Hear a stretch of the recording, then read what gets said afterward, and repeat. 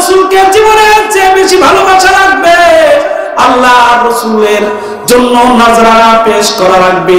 খুবাইব বলে কাফেররা শোন, আল্লাহর নবীর জন্য আমি জীবন দিব, ইসলামের জন্য জীবন দিব, আল্লাহর জন্য জীবন দিব, তবে তোদের কাছে আমি আবশ্যকতা স্বীকার করতে রাজি না।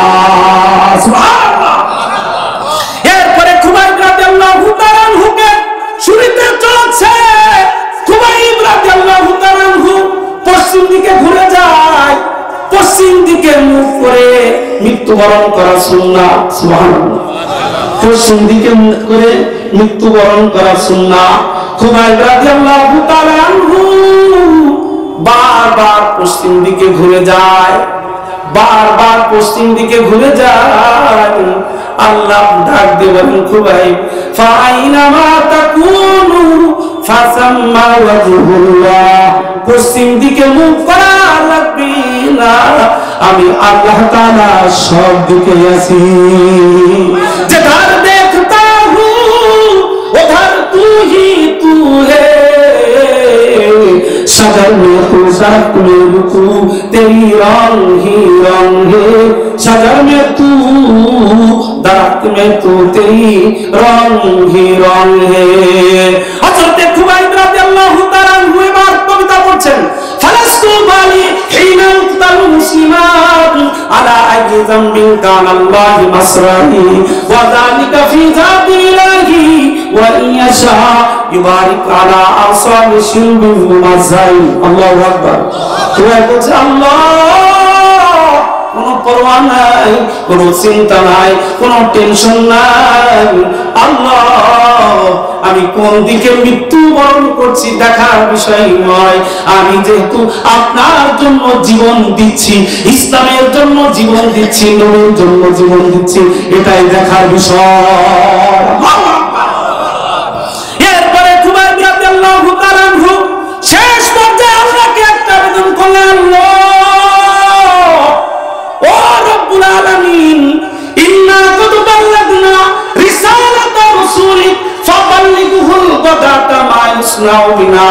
রব্বুল আলামিন, আল্লাহ রাসূলের পক্ষ থেকে আমরা যে দাওয়াত নিয়ে এসেছিলাম, সেই দাওয়াতকে পরিপূর্ণভাবে মানুষের মধ্যে দেওয়ার চেষ্টা করেছি আল্লাহ, কিন্তু কাফেররা আমাদের সাথে যেমন আচরণ করেছে, এই দৃশ্যটি রাসূলের কাছে পৌঁছায় দেন। সুবহানাল্লাহ। নবীজি দেখছেন, চোখ দিয়ে নবীজির পানি পড়ে, আল্লাহর নবী হাওয়াও করে নবীজি কাঁদছেন। আল্লাহর নবী, সাহাবায়ে কেরাম বলছেন, আল্লাহর নবী গো, আল্লাহর নবী গো, ও নবী, আপনি আপনি কাঁদছেন কেন? নবীজি বললেন, খুবাইবকে শহীদ করা হচ্ছে, এই জন্য আমি কাঁদছি। সম্মানিত সুধী, আমার এই ঘটনাটা শেষ করে আমি আমার মূল বিষয়ের দিকে যাব, সংক্ষিপ্ত আকারে শেষ করে দিচ্ছি। হযরত খুবাইব রাদিয়াল্লাহু তাআলা আনহু ফাঁসির কাস্টে খুবাইব শহীদ হয়ে গেলেন। 40 দিন খুবাইব রাদিয়াল্লাহু তাআলা আনহু ফাঁসির মঞ্চে, খুবাইব রাদিয়াল্লাহু তাআলা আনহুর লাশ ঝুলানো। আল্লাহ নবী বললেন, এই কে আছো? খুবাইবের লাশটা নিয়ে আসা লাগবে। খুবাইব আমার জন্য জীবন দিয়েছে, আল্লাহর জন্য জীবন দিয়েছে, ইসলামের জন্য জীবন দিয়েছে, খুবাইবের লাশটা নিয়ে আসা লাগবে। দুইজন সাহাবী দাঁড়ায় গেলেন, বললেন, আল্লাহর নবী গো, আমরা নিয়ে আসতে রাজি আছি। চলে গেলেন, তারা গিয়ে দেখলো কাফেররা খুবাইব রাদিয়াল্লাহু তাআলা আনহুর লাশটা পাড়া দিয়ে আছে, মদ পান করেছে, মাতলামি করতে করতে এক পর্যায়ে কাফেররা ঘুমায় পড়লো। এই দুইজন সাহাবী খুবাইব রাদিয়াল্লাহু তাআলা আনহুর লাশটা ছুরি থেকে নামাইয়া ঘোড়ার উপরে চড়াইছে। এই মুহূর্তে কাফেররা টের পেয়ে গেছে, পিছু ধাওয়া করেছে। সাহাবায়ে কেরাম চিন্তা করলেন, খুবাইবের লাশ যদি নিয়ে যায় আমরাও ধরা পড়ে যাব, এই জন্য খুবাইবের লাশ নেওয়া যাবে না। তাদের উদ্দেশ্য খুবাইবের লাশ। খুবাইব রাদিয়াল্লাহু তাআলা আনহু দুইজন সাহাবী খুবাইবের লাশটা জমিনে রেখে দিলেন আর বললেন, আল্লাহ, আপনার কাছে খুবাইবের লাশটা আমরা সুপর্দ করে দিলাম, নিয়ে যাইতে পারলাম না, নবীজির আবদার রক্ষা করতে পারলাম না।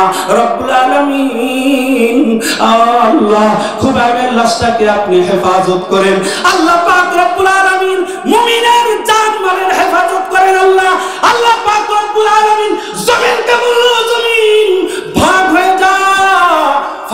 হয়ে যা, জমিন ফাটল হয়ে গেল। খুবাইব রাদিয়াল্লাহু তাআলা আনহু লাশটা জমিনের নিচে চলে গেল। কাফেররা খুবাইব রাদিয়াল্লাহু তাআলা আনহু লাশ নিতে পারে নাই। ও মুসলমান, মনে রাখতে হবে সাহাবায়ে কেরাম ইসলামের জন্য জীবন দিয়েছে, কোরআনের জন্য জীবন দিয়েছে। আমরা জীবন আমাদের দেওয়া লাগছে না নাকি? সময় যখন হবে দিতে হবে, কথা বলেন ঠিক কিনা?